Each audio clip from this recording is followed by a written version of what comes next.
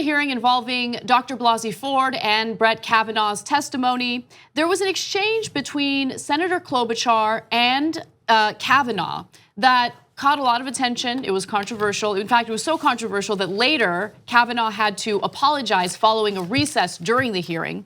But I want to show you that exchange so you can remember, and then I'm going to update you with what Lindsey Graham has just said about that exchange. Take a look. I remember what happened, and I think you've probably had beers, Senator, and so you're saying there's never been a case where you drank so much that you didn't remember what happened the night before or part of what happened? You're asking about, yeah, blackout. I don't know, have you? Could you answer the question, Judge? That's not happened. Is that your answer? Yeah, and I'm curious if you have. I have no drinking problem, Judge. Yeah, nor do I. Yeah, look, I've said this 1,000 times before. If I was wrongly accused, I'd be snappy too. If you believe he was wrongly accused, which I do not. But it's not good form, even like if you're having an emotional day. By the way, then let's note for the record that if he was a woman and he was having an emotional day when he's applying for a Supreme Court position, probably wouldn't have gone as well for him, okay? But to turn around to a senator and be like, oh yeah, do you have a drinking problem? Do you ever black out? Well, it's not exactly the temperament of a Supreme Court justice, right? I mean, the fact that he didn't seem to get it while he was doing it was almost weird. And he's otherwise a bright guy. He's got massive other issues. No, but here's the thing. Look, people are emotional, I get that. But one of the qualities that our Supreme Court justices are supposed to have is that they dispassionately protect our Constitution, enforce our Constitution.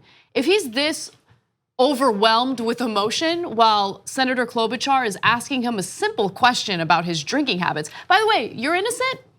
Great opportunity to talk about your drinking habits and say, hey, you know what? Instead of lying, which he did several times throughout this hearing, I did enjoy beer when I was in college. I did enjoy beer when I was in high school. Yes, but I never experienced being blackout drunk. Moving on, right? It's a relevant question considering the accusations against him. No, he had to go further. Look, he said, I like beer like 29 times. But he kept denying that he drank excessively. When it's all over the record that you would, projectile vomit, the nonstop obnoxious drinking, etc. But it's still a layup. If Klobuchar asked me that question, have you ever drank to excess? Absolutely. Have you ever blacked out? No, I've never blacked out. I haven't. So it's an easy answer. I wouldn't get testy about that because it's easy. I've never blacked out. Right. Asked and answered. But he's obviously testy about it. Right, and also just the optics of it do matter. Right, you're being questioned by a female senator, and when you snap back at her like that, it doesn't look good. It doesn't, considering the charges against you. I'm not saying that he's treating her that way because she's a woman. I'm saying that when you do react to her that way, the optics look especially bad considering the charges against you, right? That's what I'm trying to say.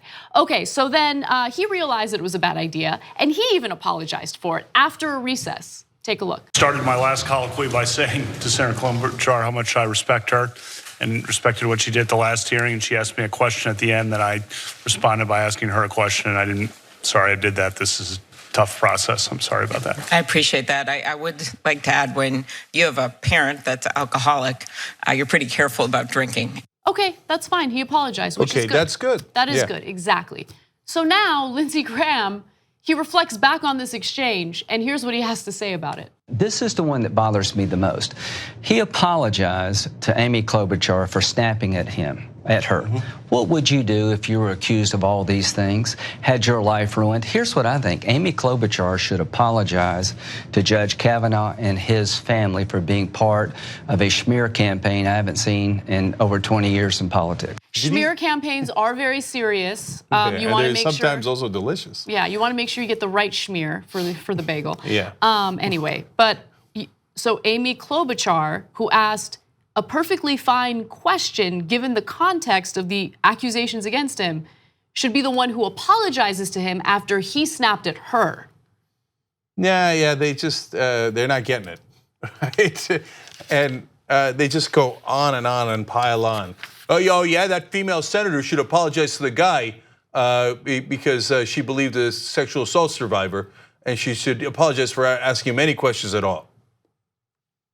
Okay, Lindsey, if that's how you want to roll. You know what Trump did do that I guess could be seen as a positive, depending on how voters react to it moving forward? You know, before Trump, we thought Republicans in Congress, whether in the Senate or House of Representatives, they're just typical Republicans, conservative, they disagree with us on policy, but they're not monsters, at least not all of them, right? They're just different in terms of their perspective on how to run the country. But no, Trump has emboldened people like Lindsey Graham to be publicly open about what kind of monster he really is. Yeah, well, look, remember, Lindsey Graham's the guy who's never met a war he didn't want to make out with. And so he recently said about North Korea, it's like, yeah, but if the war starts, most of the people die over there, not here. Meaning not just North Korea, but our allies in South Korea, totally indifferent to their lives. That's the kind of monster Lindsey Graham is. In fact, the one time that he got upset with Trump, and he just did it yesterday in another discussion, he said that Trump has to cut out that love crap with Kim Jong-un. And I did a video about this over the weekend. Trump in a rally said that he fell in love with Kim Jong-un. So he'll attack sexual assault survivors, but fall in love with dictators. Gee, I wonder if he's a bad guy. I can't quite tell. But Lindsey Graham doesn't like that because he wants war. So he's like, no, you should keep attacking Kim Jong-un. You should attack everyone. And why is Lindsey Graham sucking up to Trump so much? Well, he lost all his buddies, right? So Joe Lieberman was one of the three amigos with Graham and McCain. Lieberman got run out of the Senate. Bye-bye. And then after he left, they brought in Kelly Ayotte to be another warmonger. She lost, so she's gone. And then obviously McCain just passed away. So he's looking for an alpha to attach himself to. He's looking for a friend, okay? That's so sad. And so that's who Lindsey Graham is. He's a sad little suck up. And so he's looking for an alpha to suck up to. And so, he doesn't have quite the courage to start a fight without an alpha. So he'll be like, let's go get him. We should attack, right? Who cares if the other guy's like, come on, let's go get him, right? And now he's trying to, slither up to Donald Trump and start wars with him. Lindsey Graham, one of the saddest guys in the country. Like what you see? Click the subscribe button below and don't forget to ring the bell to never miss another video from the Young Turks.